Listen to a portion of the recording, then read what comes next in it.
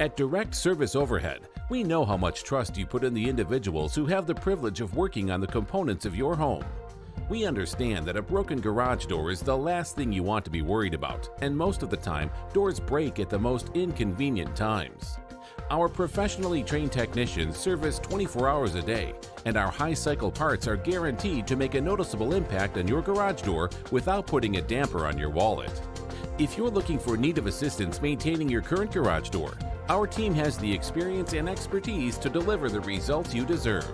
Give Direct Service Overhead a call today or visit us online to learn more.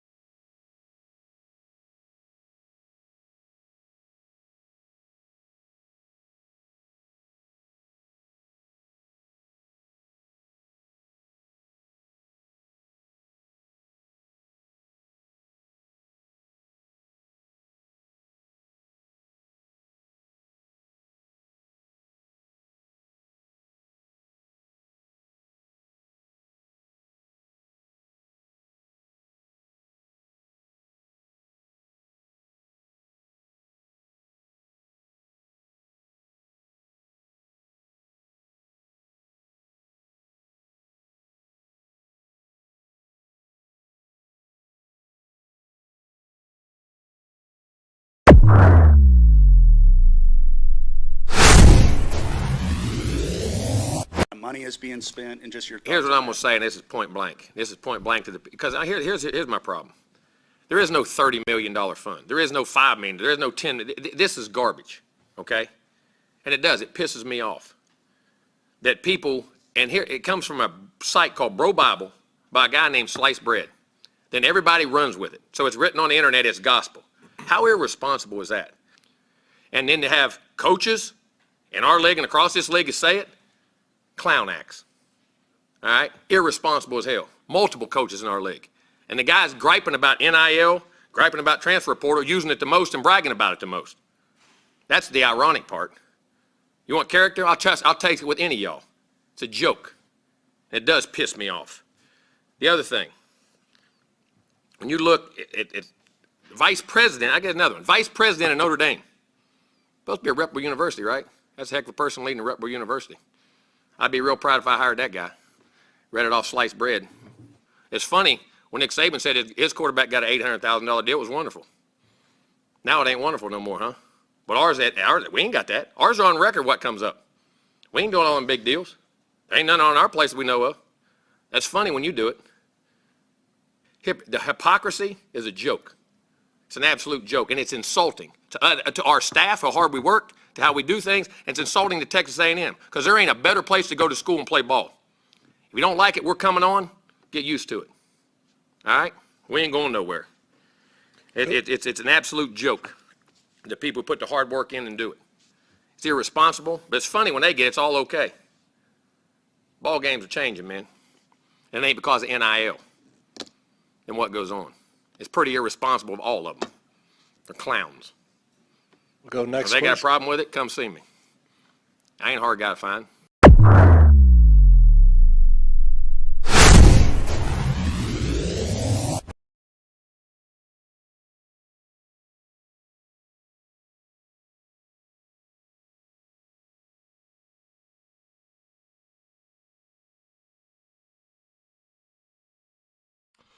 Yo, what's going on, everybody? 3, 2, 1. Yo, there we go. Welcome to the one and only Petrino Network YouTube channel. Appreciate you guys for being here. I know it's been a little easier said than done to get these shows up and running because of homeschooling, because of the weather, and what have you. But I do appreciate you guys. You like that? You like that Arkansas mug? How about that?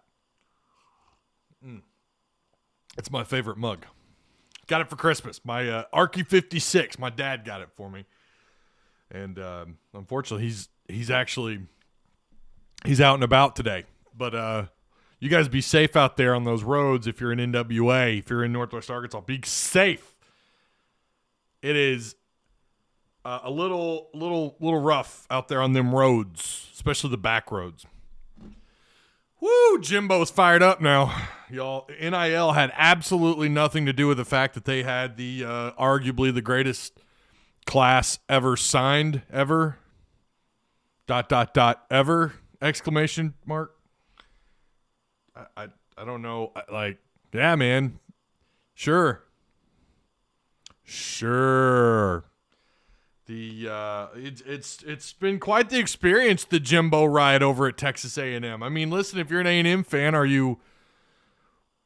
Not that we have very many that come through here, but if you're an A&M fan, how you feeling about Jimbo? He had this massive contract that he signed, and okay, he beat Bama. They had a pretty good 2020 season, and now you have this massive class loaded up with 5 stars. What'd they sign? Like 14? That's a joke. Okay, just calm down. Just calm your ass down. Chad Morris to Auburn. Oh my goodness, this stuff with Bryan Harsin is crazy. This stuff is nuts. We'll get into that in just a second. Dear Lord, the amount of money I would pay to have Chad Morris coach the Auburn. Well, look, that's, sure. That ain't happening. I mean, we all know that. Bro, I need the tea on what? I don't know who you're talking about, Lee. Moscona had to say. Is that a joke? I have no idea what you're talking about. Was in Auburn's Twitter space last night, and someone suggested Chad Morris as their next head coach. Yeah, look, I mean, it's always fun to clown around. Maybe they should go after Houston Nutt, pull him away from CBS. Bro Bible sliced bread. Someone already made a name. Jimbo Fisher's first question to recruits. Do you take PayPal? He said they said even Houston Nutt. Yeah, man. I mean, how about that? Between Jimbo Fisher at A&M and Harsin at Auburn, like this offseason, and then you got Lane Kiffin on the tweets, who's kind of slaying it on Twitter. At the same time, finding it very ironic when they're posting about the NCAA addressing the fake injury rules. I don't know if you guys saw that or not, but the NCAA wants to address these rules. There was something out. I don't know if that was – I forgot who he was quote tweeting, but Lane Kiffin, for you very, very extremely casual fan. I mean, everyone knows who Lane Kiffin is, but that is the Ole Miss head coach. Listen, sometimes, look, we got people who forget. He very well known for the fainting goats on defense that he's put together over there. And then he quote tweets someone talking about, it might have been the NCAA, like maybe it was someone affiliated with the NCAA, or it might have been another coach. I'm not sure. He's talking about, this person talking about doing away with the fake injury stuff. Listen, I'll say it again. I've said it before, and I will damn sure say it again. Ole Miss doesn't get to 10 wins without those feigning goats on defense. I'm sorry, they don't.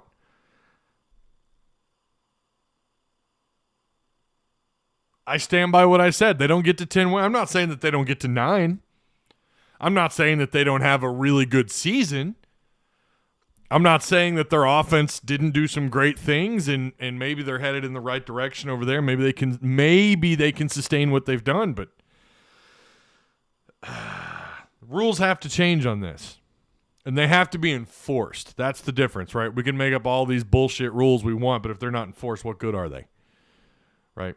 Shout out to Patreon supporters. You guys, I hope you're enjoying your new green color in our PTN Discord.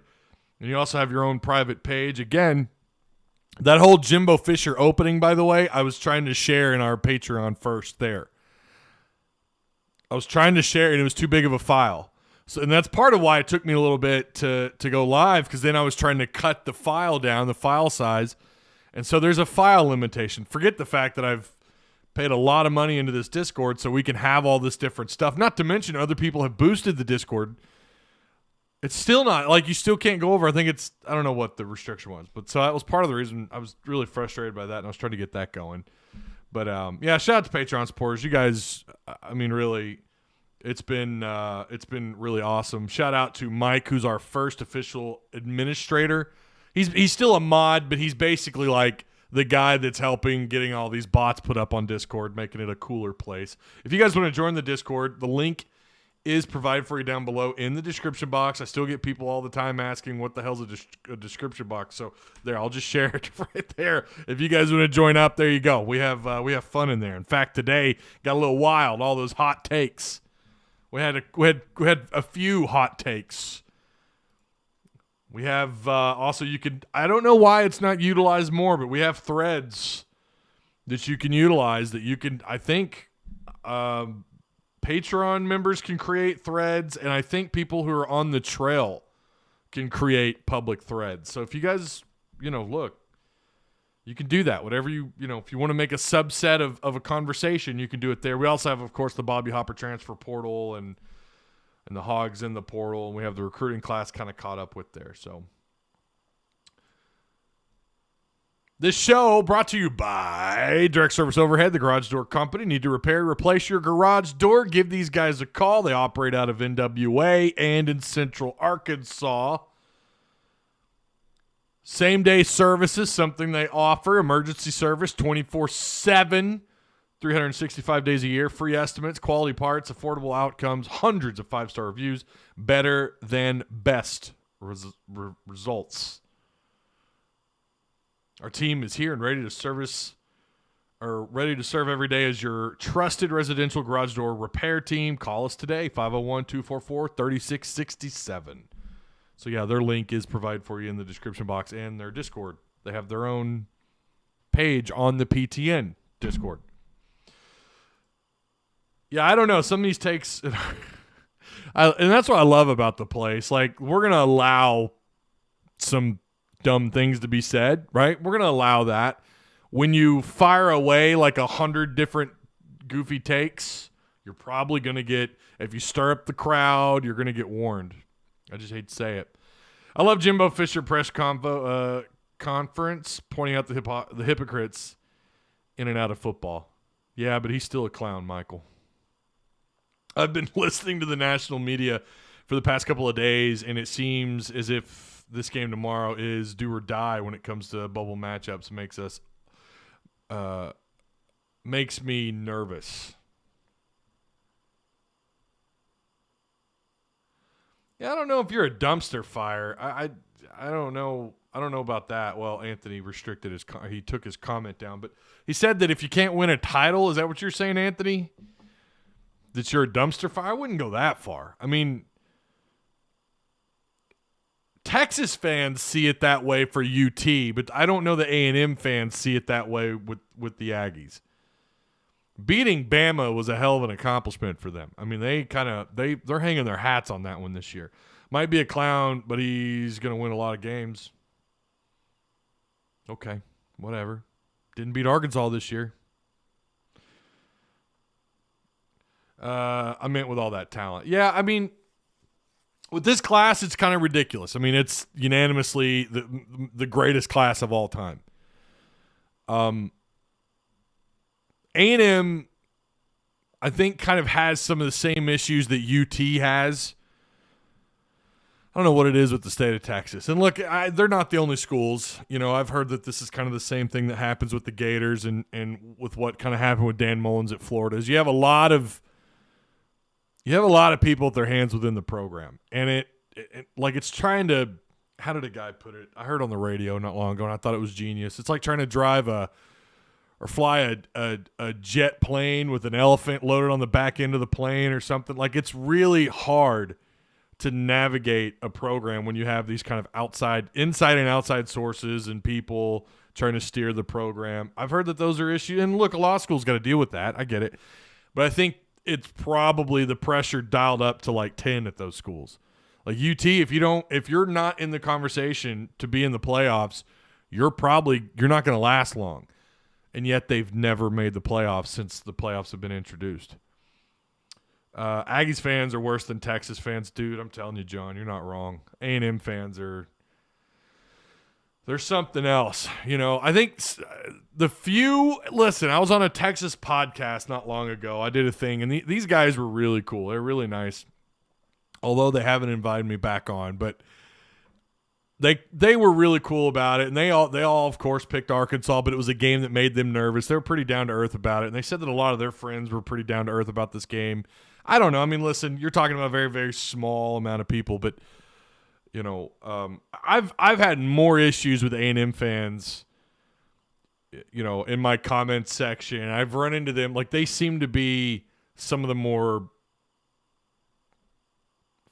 like, they're fanatics. Like, listen, I think there's kind of a reason, not only to the stuff that happens at College Station and the way they operate their program, but there's just something about that program that includes maybe their fans to an extent where, like, it's a cult-like following. They're pretty extreme. Although I've had Razorback fans email me some crazy shit. I've had people send me, but that's my primary focus here is to talk to Razorback fans, right? So, I mean, I'm going to reach far more Razorback fans than I am Longhorn or Aggie fans. Don't ever apologize for being late. Gerard. Did we ever clarify how we're supposed to pronounce that? Is it Gerard or Jared? Like Subway Jared. Ooh, shit. Oh, my bad. Hold up. Pump the brakes. I didn't mean it like that. It was the first Jared that popped into my brain. I apologize. All SEC fans are insane. No, you're not wrong about that. Aggie fans are more obnoxious than LSU fans. LSU fans, I don't know. I don't know. Pronounce J-Rod. What's up, J-Rod? Gerard. I've come to hate A&M probably more than our other rivals. I at least respect LSU and Ole Miss. I don't respect Ole Miss. I'll tell you that right now. Jared. Okay, but it's spelt like Gerard. Okay, all right. You get to broadcast to Texas and Aggie fans here. My truck, my rules. There you go. There you go. Deal with it. So, yeah, do me a favor again. Like, comment, share the content. Subscribe if you guys haven't already. We broke 4,300. And I didn't realize that we're already creeping up on like 700. We just hit 700,000 views, and we're already up on like 730, I think. We're coming up to 730,000 total views. It's pretty cool. No MLB due to lockout because not until July. Really? Is that ruled? Is that done? Oh, I hope not, man. I hope not. Although Cardinals make a change with the coach, and I'm a little nervous about what's going on there, but I love that roster the Cardinals are bringing back. Most irrelevant SEC West team, question mark? Right now it's Mississippi State. I think it's Mississippi State. I think Mississippi State. And that's like, I don't know about anyone else being irrelevant. Tap the like button like Harsin tapped. Bryan Harsin. Let's get to that. What the hell is going on at Auburn? Right now, Auburn is a dumpster fire. Here's the thing. They appear, it looks pretty bad, but Harsin still did better year one. Beat Arkansas in Fayetteville, by the way. The comparisons to Arkansas are strange, if he indeed is out. Because here's the first thing. When they make this comparison, like, look, I get the gag over Harsin hiring someone. I guess he brought this young lady with him down from Boise State and was, it's all, I'm just going to say it's rumor and speculation, not confirmed. It just kind of is what it is, right? I'm not one to sit here and say that it's for sure happening when I don't know that. All indications are there's something happened at Auburn and people are connecting the dots. I get that comparison with the neck brace thing. That's hilarious. It's funny. Let's be honest. By the way, Bob Petrino did not have a wreck. He got his ass kicked. Okay? Let's just lay that out there now. And if we're going to talk about the facts, those injuries that was not reflective of a motorcycle injury. Okay? I can remember having this conversation. I worked with guys that rode bikes, that have wrecked bikes, rode their motorcycles. And even they were pointing that out like, bro, that looks like he got his ass beat. What's he talking about? And this was when all this was going on, right? Like at the infancy stage of the Petrino stuff. And everyone was like, that's not. And I worked in a shop where these guys rode bikes. They all said the same thing. And from that point on, I never bought that it was a motorcycle wreck. I know that there were eyewitnesses, but all they never saw the wreck. They just saw Petrino walking up from his bike. I think he got his ass kicked. It feels like, again, when you look at his injuries, never bought into it. So when we get into the Harsin Petrino stuff, like Petrino was here for 4 years. That's more than enough time in college football. That team is your team. In my opinion, after like 2 years, that team's identity is you. Anywhere. Thank God we didn't go beyond 2 years for Chad. This is why I don't buy that Auburn's going to be down for 10 years. I think that is a ridiculous statement. Number one, they out-recruit Arkansas pretty easily. Arkansas's lucky to be a top 25. Auburn, no matter the coach, tend to be, I would say up until recently, tend to be one of the programs that you expect to be around the top 12, top 10, top 15 recruiting. I know they've had some recent not so great years in recruiting, but they're the caliber of program where if the right guy gets the job, they're going to have a top 10, top 8 recruiting class. Now with NIL and all this stuff, I don't know, maybe not. But I'm just not buying that Auburn is down for 10 years. I'm not buying that. First off, Harsin wasn't here for 4 years.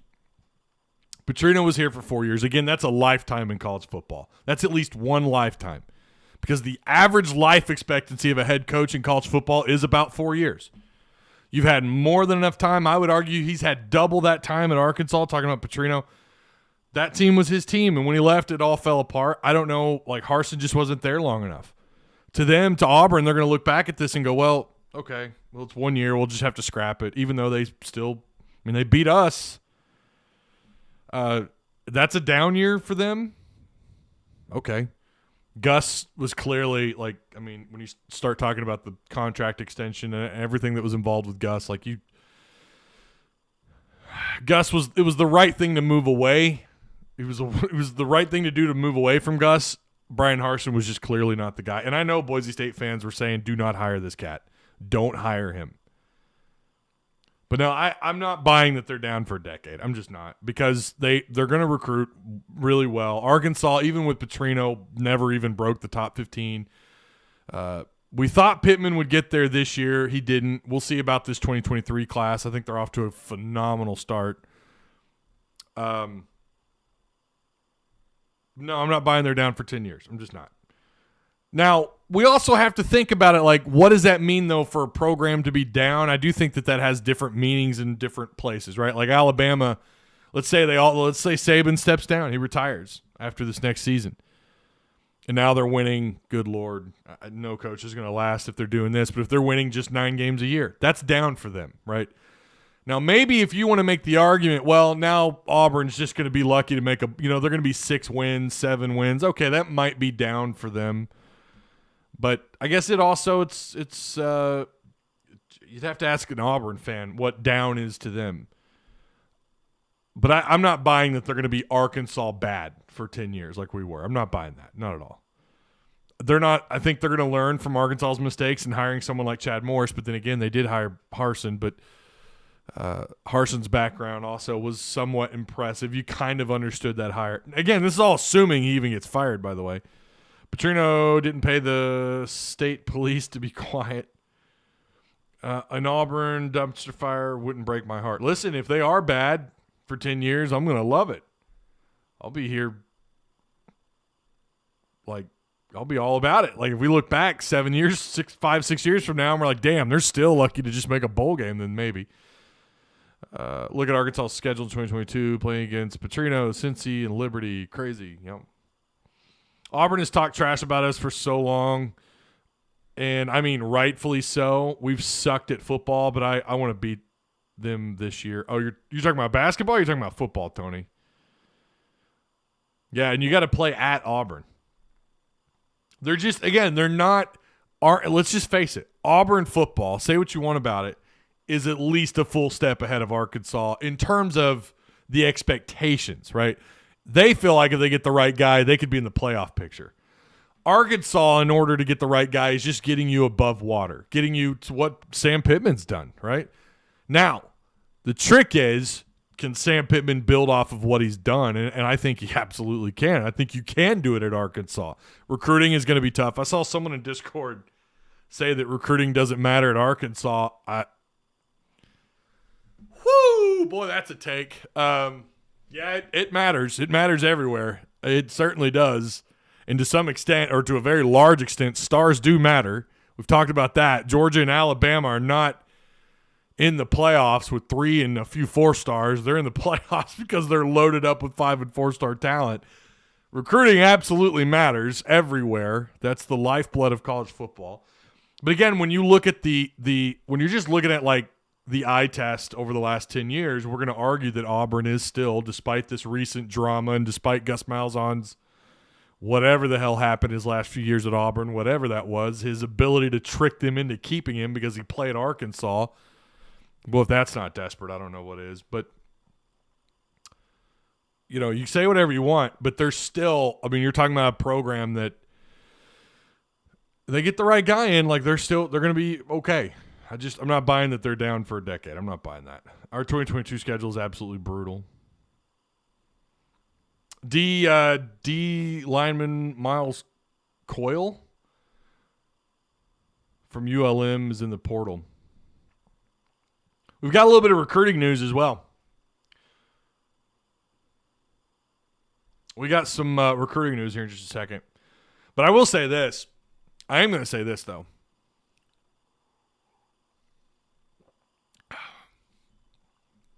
Arkansas is set up right now with financial success, right? I mean, the facilities they're not a peg down from Auburn, I'll say that much. They're not a peg down from they're not a peg down from Bama. The influence that you have in this state, your ability to recruit in your neighbors' backyards, look at what they're doing in Oklahoma. I mean, look at what they've done in Oklahoma these last 2-3 years. Of course, Texas, a great pipeline there. Especially because it looks like you're keeping Kendall Briles. I'm feeling the further you go into February, the better you feel about your coordinators. Position coaches, that's a little bit different. Arkansas is set up in a better place than Auburn is. I'll say that. And maybe we look back on 5 years and we go, who was better? And I think it has that feeling of like what you had with Houston Nutt for the better part of a decade. When you look back at his career, Arkansas, I mean, they did a lot better than people expected them to when you look back over a 10-year period. Now, I know they had 2 really bad years and whatever, but need more NIL money to entice kids from Florida, California, Texas. Well, Michael, I don't know if you've been paying attention, man, but they have the JB Hunt family, they have a giant pot that I think they're trying to fill up. But it's also easier to spend other people's money, Michael. Just keep that in mind. I know Arkansas State fans were not upset to see Harsin leave. Thoughts on Mississippi State game tomorrow? How much is this a month? Yeah, we'll get to that in a minute. We'll get there. Just hang on. I don't think she was married yet. I thought she was only engaged to her boyfriend. Mark, if you're talking about, what was her name? Jessica Durrell? Wasn't that her name? Her husband her fiance was the swim coach. Is that right? I still think he got his ass beat. I still think Petrino got his ass beat. We were salty under Nutt. Yeah, they had years where look, man, he beat the living shit out of Alabama and when was that? What year was that? You beat them like 42-20 or 42-17 or something.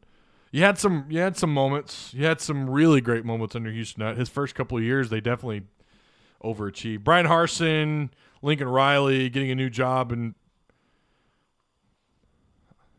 Jarrett Fountain. I'm not sure what you're saying. Bryan Harsin, Lincoln Riley.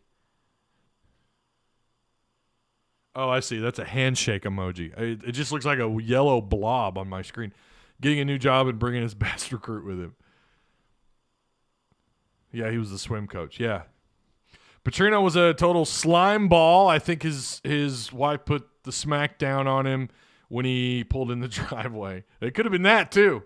That absolutely could have been the case. Could have gotten his ass whooped by his wife. You saw that on Twitter. That was pretty good. It's pretty good. Got the handshake there. All right. By the way, Mr. Eagle, Hog Mike in our Discord he's been made the official administrator. Today I'm going to give him the full access as an administrator today. So you guys are going to see some changes in our Discord. I'm excited about that. Auburn is on one right now. Bama's DC went to jail. Yeah. Ole Miss is stealing players from Mississippi State. Now I don't know about what I'm unfamiliar with that. A&M's defending themselves from online recruiting slander. LSU is dealing with losing recruits despite memeable dancing. Is Arkansas currently the most boring SEC West team? That's from Reddit. That's a pretty good share there. King Flameshot shared that in Discord. That's pretty funny. I like that.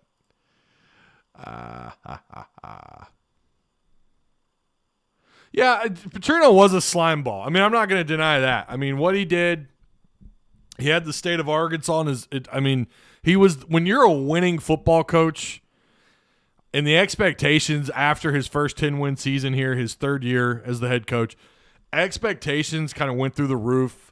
All of a sudden, it's like, is Arkansas a sleeper to win the SEC West?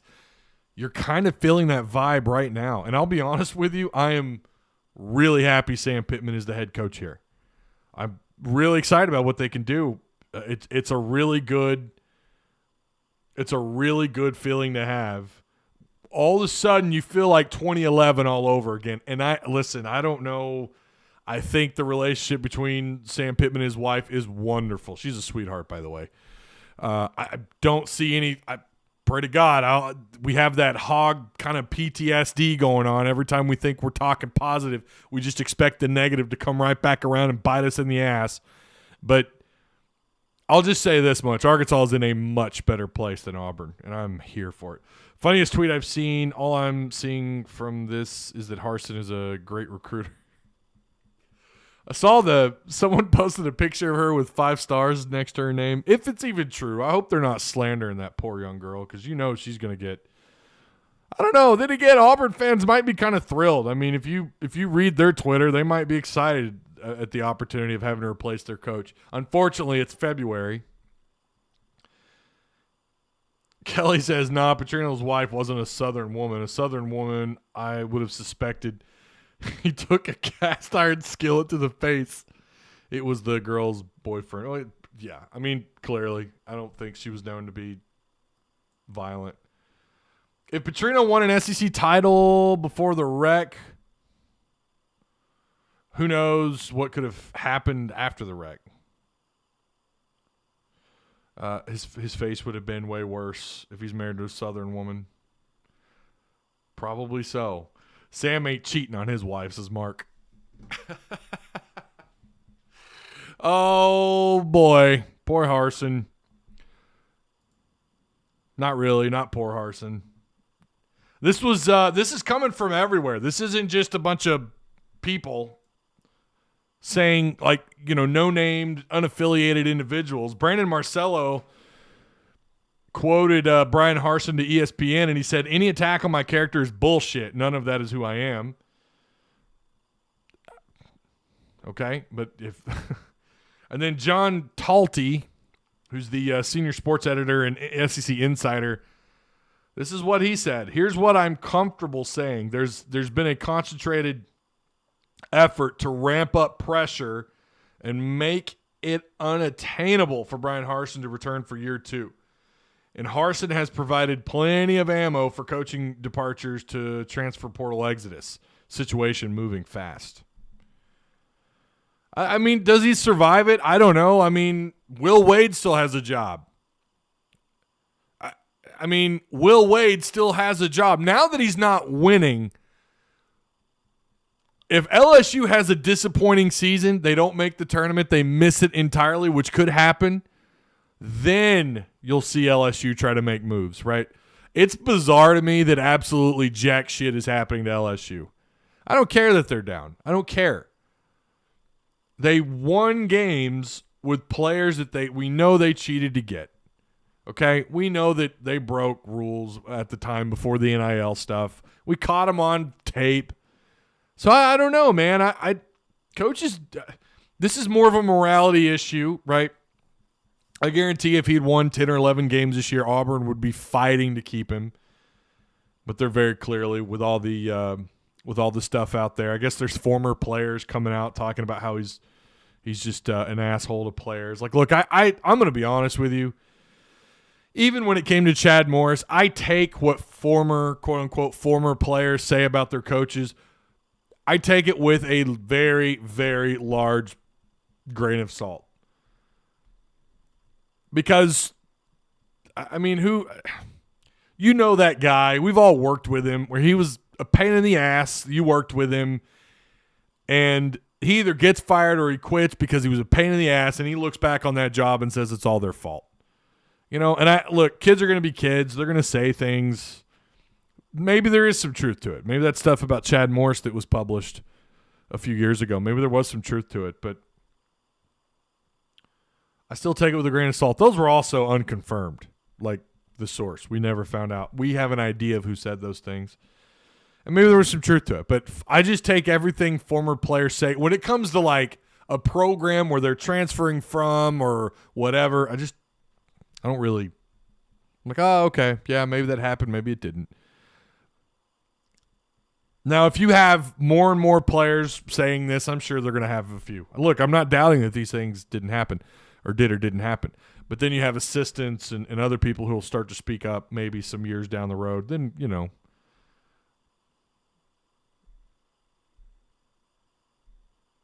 I've never heard a player say one negative thing about like guys like Houston Nutt.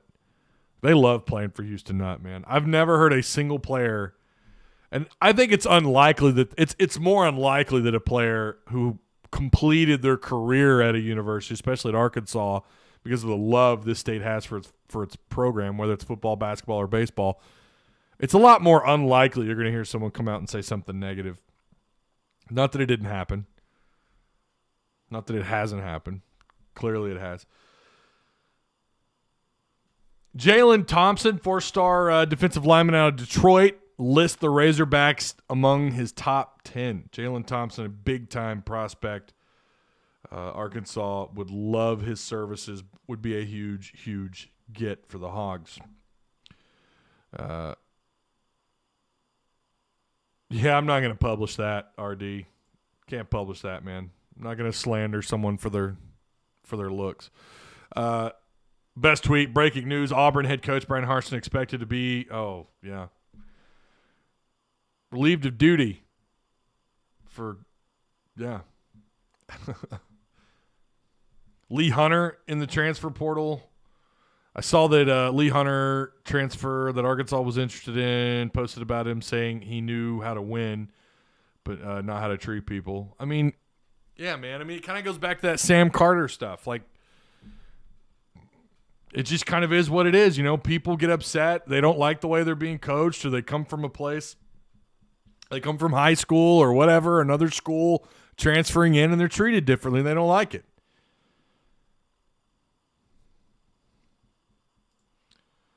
So,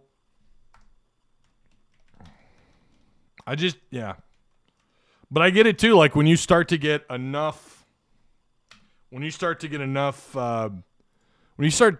people come up and they're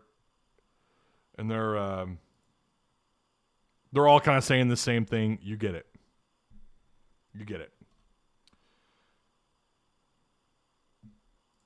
Jalen Thompson, ? Yeah, Will. Jalen Thompson. 4-star defensive lineman out of Detroit, class of 2023. He's currently crystal balled to Michigan State. I think he has, let me pull it up. I think he has an offer from like Georgia. I mean, his recruiting's kind of blown up lately. He's Vanderbilt just offered him Kent State, but Arkansas offered him back on January 27th, so not that long ago. He also got a offer from USC. What did I say? Did I say something else? It was Jalen Thompson. If I said something else, that's my bad. Nick Smith is an absolute beast. Buy your tickets early for next year. Yeah, I mean, I think he's the first player I think ever where you've looked at a player and thought, yeah, he's for sure one and done. Did he move up to number one player in what site, Anthony? I'm not sure, man. I don't know. Maybe. I know he moved up somewhere. I know someone somewhere moved him. He's talked about as being probably the top prospect out of the draft next year. All right. Arkansas taking on Mississippi State. This is a big, big game. I know that Auburn's bigger, but this is the game that sets up the Auburn matchup, right? You lose this one, you could absolutely overlook it if you beat Auburn. But all the hype, all the expectations, if you want Bud Walton to be sold out on a weeknight, was it Tuesday or Wednesday? Is it the 8th or the 9th? I don't have that here. I just have their record here. If you want that hype, that excitement, you want Bud Walton to be electric, you continue this win streak. Mississippi State could score. They're like one of the top four. They're either right behind or right ahead of Arkansas in scoring. They're averaging right at about 74. Total points per game, Arkansas is actually ahead of them. 79 points to their 74. Iverson Molinar is one to watch. He's the third leading scorer in the SEC. He's averaging about 18 points a game. MSU is the seventh best three-point team in the country, knocking down just about – I shouldn't say country, sorry, in the SEC, my bad. Knocking down three-point shots just south of like 33. I think they're at 32% shooting outside. Hogs have played and beaten better three-point shooting teams, but Mississippi State they're all right out there. I don't think they're elite. They're not lethal outside, but they're a pretty good shooting team from outside. They're seventh in total rebounds, but they're a pretty damn good defensive rebounding team. They're averaging right at about 2 less per game than Arkansas total rebounds. MSU is a high percentage shooting team. They're currently ranked second in the SEC in field goal percentage. Hogs will need to crowd the path to the goal and get ready for a second round of a physical matchup against Mississippi State. Their defense is kind of scrappy at times, but they'll play you tough. They'll play you physical. They can go a little bit deep in their bench. I think they're starting to like their rotation. Currently, the Razorbacks are favored to win this matchup. 63%. Also, I looked into this today. Arkansas is only favored, according to the ESPN BPI, to only win 2 more games the rest of the season. Mississippi State is a projected win. Auburn is a projected loss. At Bama, projected loss. At Mizzou is your only other projected win. And Arkansas has struggled at this place before, by the way. No matter the coach, they have struggled there. And this one was a little bit surprising, but not really. Tennessee against Arkansas on the road, despite having a couple less wins, but they're still ranked. I get it. They have their wins are a little bit better than Arkansas's, but they are favored to beat Arkansas. At Florida, I have no problem with Florida being picked right now, according to the BPI. They've just struggled down there. Until I see it, I'm not so sure that I would pick Arkansas in that one. At home against Kentucky. Kentucky favored at almost 67%. Yeah, you're not projected to win but one more after this Mississippi State game.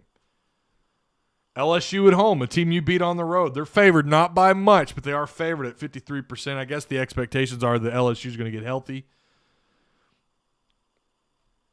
But they've lost 5 of their last 6. Their only win at home in a close game against A&M, which they won 70-64. They lost to TCU 77-68.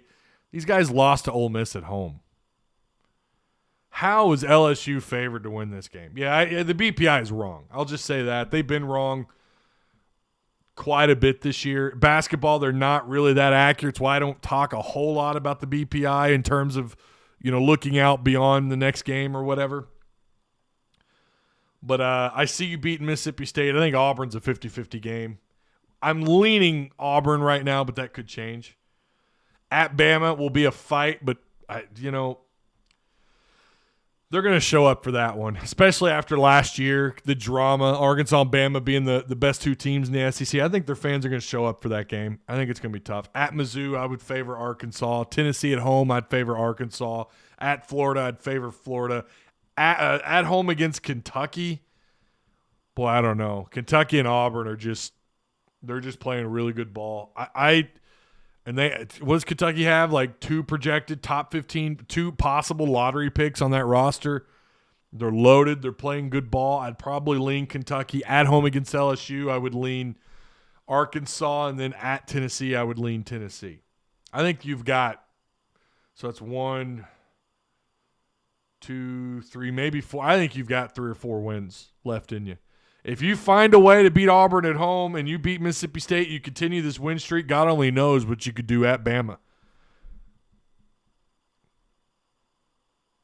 It's not like Bama's ripping it and tearing up the SEC. I mean, they're 14-8, they're 4-5, they're sub 500 in conference play, not expected. Tennessee's kind of underperforming a little bit, but listen, most people coming into the year, I think the only teams they've missed on is LSU and Bama so far. Because if you look at it, Auburn number 1 in the SEC, number 1 in the country, 21-1 overall. I mean, they're already in. I mean, there's no doubt they're in.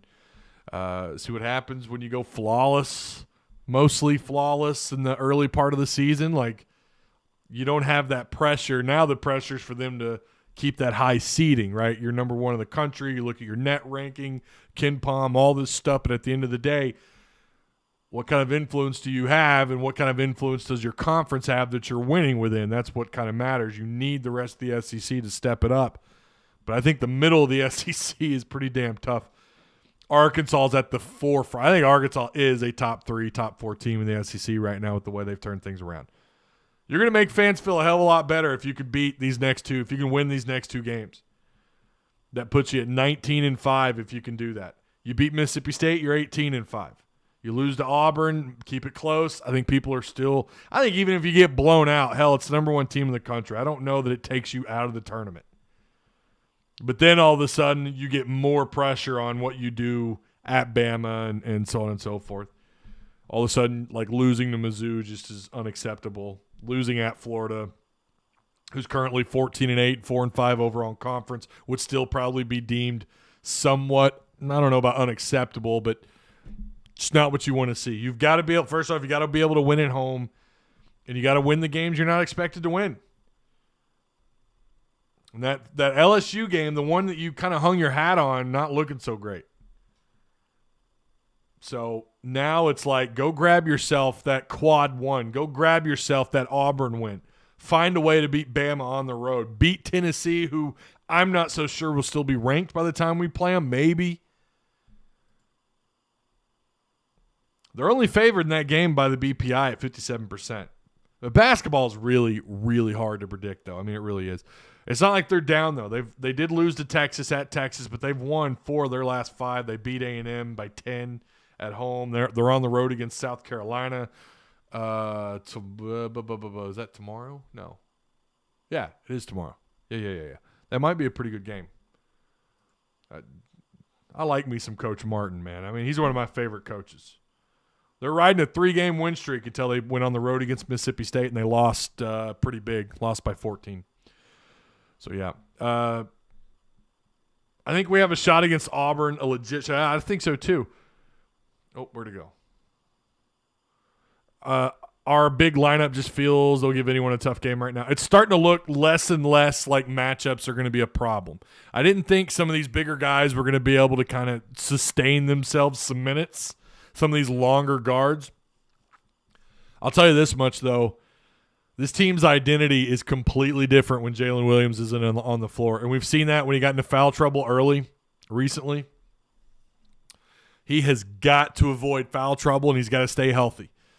I have no idea what you do if you lose Jalen Williams. Now, I didn't think that would be the case coming into the year. I kind of thought, like, look, they do have some guys that are a little bit longer who can force or can alter shots down low, but they just haven't had anyone else. Like, no one else. They're not giving Connor any kind of minutes. I don't know what has happened to Connor. I've had people ask me where he's been. I have no idea. I don't know what's going on. I don't know if he was sick. If you guys know, please tell me. Can't lose to Mississippi State in 2 days. Let's start there. Right. Great moments are born from great opportunity. There you go. Bring on Auburn if we beat Mississippi State. I say bring them on no matter what, but I don't think Mississippi State, like I told you guys, I thought they would make it pretty easy against Georgia. I felt comfortable, only maybe there could be some matchup issues because of how fast they like to play. But Arkansas ran them off their own court. Just joining in, did Bryan Harsin report a motorcycle accident yet? I don't know, man. Not yet. He hasn't shown up in a neck brace yet, other than on memes. So he's been sick. See, I've heard that. Did Musselman confirm that? I'll be honest. I have not had a chance to listen to much of Muss's post games or any of his. I started to listen to his most recent, and I didn't get a chance to finish it. Note can't get in foul trouble in 3 minutes. Yeah, no, he can't. But I still think, like, with Note not on the floor, while it has been problematic offensively, where if he's not on the floor, if he gets into foul trouble early or whatever, they do tend to go on those scoring droughts. But they've gone on those long 3-4 minute scoring droughts without him on the floor. And I've said all along, Amude, maybe even Jalen Williams, someone has to step up on the offensive end. You cannot rely solely on JD Note. You're not going to go far in a tournament setting if you're only leaning on JD Note. If you don't have another scoring threat, J-Dub has turned into a scoring threat. Amude has these random, like, oh wow, he just had 30+ points. We're not seeing that consistently, and I Musselman's had different reasons for that, different reasons, whether it's not a not so great week of practice or whatever. Some matchup issues that maybe he kind of felt a little bit different with his rotation. But mostly Amude's gaining minutes. And Amude cannot have these games where he gets 20 solid minutes on the floor and has like 6 points, 8 points or whatever. Can't do that. He's got to be that other scorer that one of the reasons why he came here is for his opportunity to be that guy, to be that either number 1 or number 2 scorer. Haven't seen it from him consistently. I'm not saying you got to go out and score 30. Hell, I'm not even saying you got to go out and score 19, 20 points a game. I'm saying go out there and be a threat, be a chess piece on the board, the same way that J-Dub has. I mean, my God, J-Dub has become like your king on the floor, man. I mean, or on the court. He's just developed so nicely. And I was looking up recent some draft boards, and I forgot where it was. I don't think it was SDS. I should have saved it, and I didn't, and I apologize for that. But they had him up to like 30th on their board, or 35th. They had him just outside the first round. I swear I'll go back and look for it. It wasn't SDS. Maybe it was. I don't remember, but they had him right outside the first round. I mean, he's moving up. People are talking about him for sure coming back next year. I don't know, man. I mean, I'm not saying he's leaving, but if he continues to build off of what he's become on both ends of the floor, his floor IQ, his ability to take charges, his ability to get to the free throw line, his ability to make just freak shots we've seen a couple of times this year, his ability to knock down. I mean, he's good for like 1 of 2 every game outside. He's getting to the point where, like, he can score from mid-range. He can score down low. I haven't seen so much of the putback game. We're not seeing that. That's probably an area you'd kind of like for him to, get a little bit more aggressive on the putbacks. But it's not like he hasn't done that this year. It's just not a sound part of his game. It's not a consistent part of his game. But he's a great rebounder. He's a guy that could average double-doubles. I think he is averaging double-doubles in his last, 7 games or whatever, last 8. I think it's hovering right around. He and his size, his mobility, his effort, his overall effort and hustle, his IQ, again, his ability to take charges. He's just unreal, man. And without him, you are not looking at the record you have right now. There's a lot that they could still do. I mean, don't get me wrong. I liked what we saw out of Likes. I want to see that more consistently. Far fewer turnovers, more assists. He had, 6 assists or something? Was it 5, 6 assists? Come on. We've been talking about that. You guys in chat, me, everyone, our Discord. Imagine if this guy could drive the lane, draw the defense in, kick the ball out, wide open 3. Part of the problem has been this year setting up your own shots. You do not set your shots up any better than when Likes is driving the lane or JD Note. JD Note is going to always draw players when he's driving. They're trying to find a way to stop him. But even then, he's going to find a way. He's either going to get the points there, or he's going to get an and one, or he's going to get to the free throw line. But you have to develop around your scoring offense. Can't be consistently just one guy. It's got to be. You got to have 2-3 guys that you can lean on. It'd be nice if they had an Isaiah Joe or maybe a Mason Jones. Maybe that's who Amude can become. Someone who can really, take some of that weight off of JD Note. Not that he wants to lose that weight off his shoulders. What is the stepping out of bounds stuff? I mean, it happens. It's just court awareness, where you're at on the floor. Who should come back to play with these recruits? Talk Natty for us. Talking Natty. I mean, Jalen Williams would be huge if you could get him back. And I think he does come back. I don't think right now he would be a first-round pick, but he could be someone. He could be in that conversation if he keeps building on his game. I'll tell you that right now. No offense to J. Will. J. Will is the queen. If J-Dub comes back next year, is going to be crazy. Yeah. 7 assists, 4 steals with 0 turnovers for Likes. Exactly. I thought he had 1 turnover. Did he not have 1? I thought he had at least 1. But regardless, that's insane. Yeah, it was 7 assists, 4 steals. And 8, 9 points? That's his role. That's what he should do. He looked like, against Georgia, and I get it, it's Georgia, you got to pump your brakes. I already know someone's going to come through and say pump your brakes. But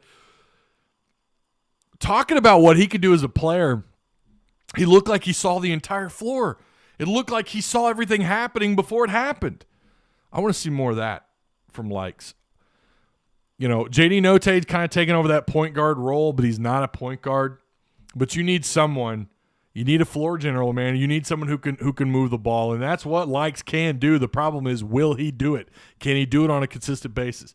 Can he have a little bit better shot selection? We did see at least one dribble, shoot scenario against Georgia, but I think the game was already getting out of hand, so you didn't mind it, right? You don't mind every once in a while a dribble, shoot scenario when you've got a 12-point lead. 10, 12-point lead. All the momentum is on your side of the floor. But you do that more than once under those circumstances, then you lose the momentum, and now we're talking about a different ballgame. Likes was impressive this week. Very, very consistent all game.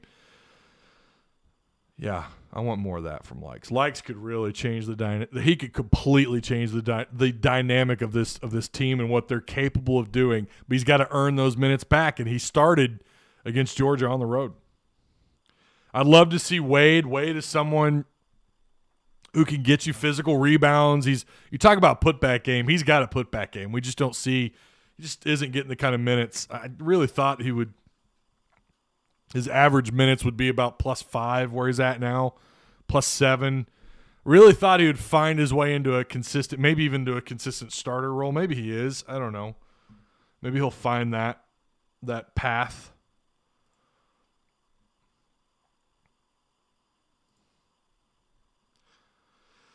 Arkansas starting 5 was J-Dub. Wade did start. He got 21 minutes. Tony at 33, Amude at 37. Why do I not remember Wade starting?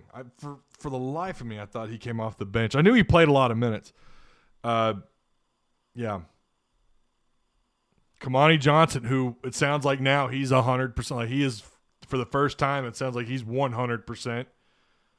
KK Robinson got 4 minutes. Chance Moore had 1 minute and knocked down a 3.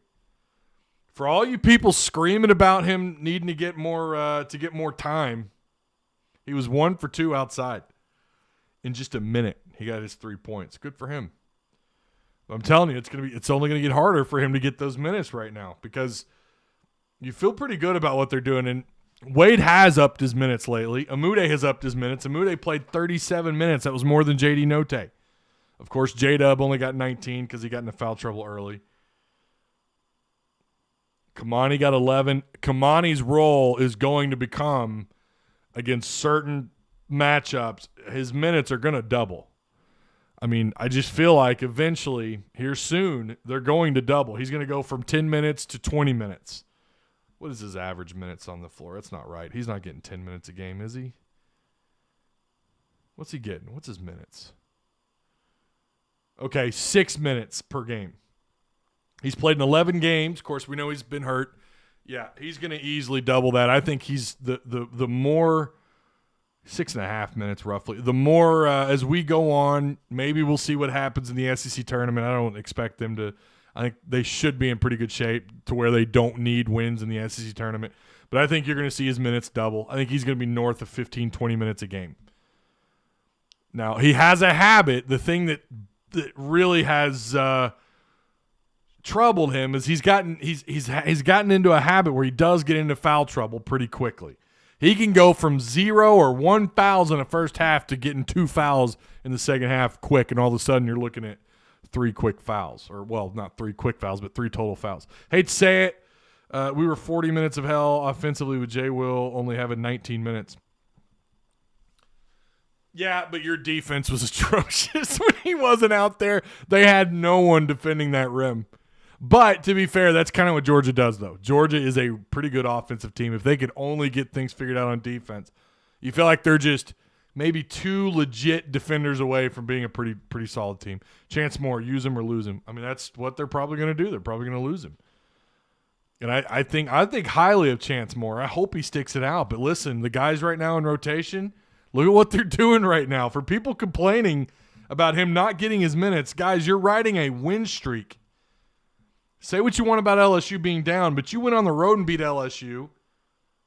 You beat South Carolina, who's kind of surging lately other than their recent loss. You beat A&M. You went on the road and you beat Ole Miss by 9. You beat West Virginia, who I think is a solid team, probably a tournament team. And you went on the road and you absolutely trashed Notre Dame. You're riding a 7-game win streak. You're riding a 9-game win streak to start the year off without Chance Moore. So people who complain about that, look, he's just not clearly Musselman, not me saying this. Musselman doesn't believe he's there yet. Maybe he'll get there. And it wouldn't shock me at all if we start to see him, maybe get a few more minutes, maybe get 3 minutes, 4 minutes. Maybe we'll start to see him kind of work his way into it, right? SEC tournament, if you're already at 21, 22 wins at that point, I think you'll probably see him if you get past your first opponent, whoever that may be. All right, that is going to do it. I'm going to take another sip. I'm rooting that Vanover has a big game soon. Yeah, they need. I'd like for him to get back out there again. People are saying he's sick, but it's not COVID. I don't know. Hey, there's Eagle. What's up, man? Hope you're having fun down on Bourbon Street tonight. I like Bourbon Street. I've been on it once. Got a little buzz going on Bourbon. Man, it was great. I had a good time. Just drank from a blood bag at Vampire Cafe. That sounds great. Great mug tie. You like that? Yeah, my dad, Arky56, who's not here right now, but he got this for me, and I love it. All right, I will, if you recruit a kid and then you barely play him, freshman or not, these kids. I mean, but Michael, that's just the nature of the sport. Though. That's any sport. Sometimes you get a big-time recruit and he just doesn't – what you have around you is just better. Or they're older, more mature. They know, they're that's probably all you need to say right there. They're a little bit older. They understand this level of basketball. Chance Moore's got to catch up to it. I don't think that this is I don't think it's a Musselman not liking Chance Moore thing. I think it's a Chance Moore's just not there yet, right? And I think he'll get there. We broke LSU. It certainly looks that way, and you love to see it. The hell's that? I think our pup got out of her cage. I say pup. She's like 35 pounds, only 4 months old. Yeah, freshmen can't expect to play unless the coach told him he would play in recruiting, but coming in, we weren't in position to play a freshman this year. Yeah, I really didn't think Chance Moore would ever get consistent minutes. Like 8. I never thought he'd be anything north of a few minutes a game, if that. If was playing like Moses Moody. Oh, yeah. I see what you're saying. Yeah, if he was the same type of player as Moody, yeah, for sure. You have Ghost. I do have Ghost. You hear that? I think it's our dog. It's either our dog or one of our kids knocked the gate over. All right. So we will have our post-game show tomorrow after Mississippi State game. I am taking Arkansas. I think this could be – Mississippi State does play better defense than Georgia, so I don't expect Arkansas to break 80, but I like them in that 70 range. I like them in about 70 – I think they get close to 80. I'll say 78, probably 70. I'll take Arkansas plus 8. I like the Razorbacks. I don't know. They could break this thing wide open. This game could tell you a lot. It really could. It could tell you a lot. Now, I think the Auburn games are going to tell you everything you need to know about Arkansas's ability to play someone of that caliber.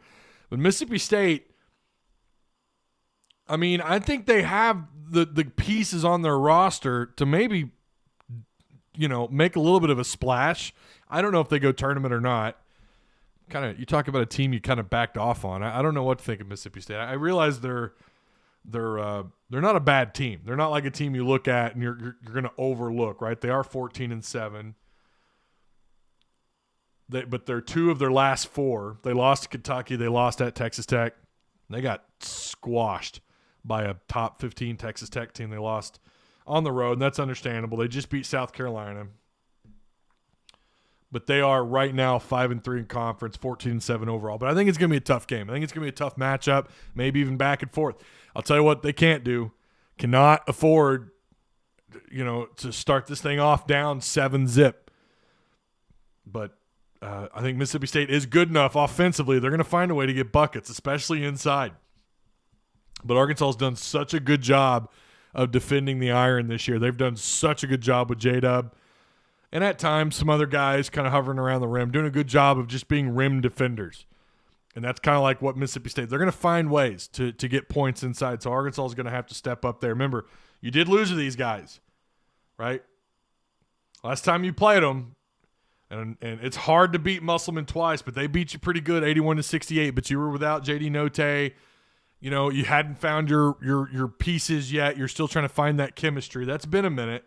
You've played several games since then, and Arkansas's trending up while Mississippi State's trending down. So we'll see what happens. I think Mississippi State, they kind of feel like their backs are against the wall. This is a must-win game for them to win at Bud Walton, at a very good Arkansas Bud Walton arena, a very good Arkansas team.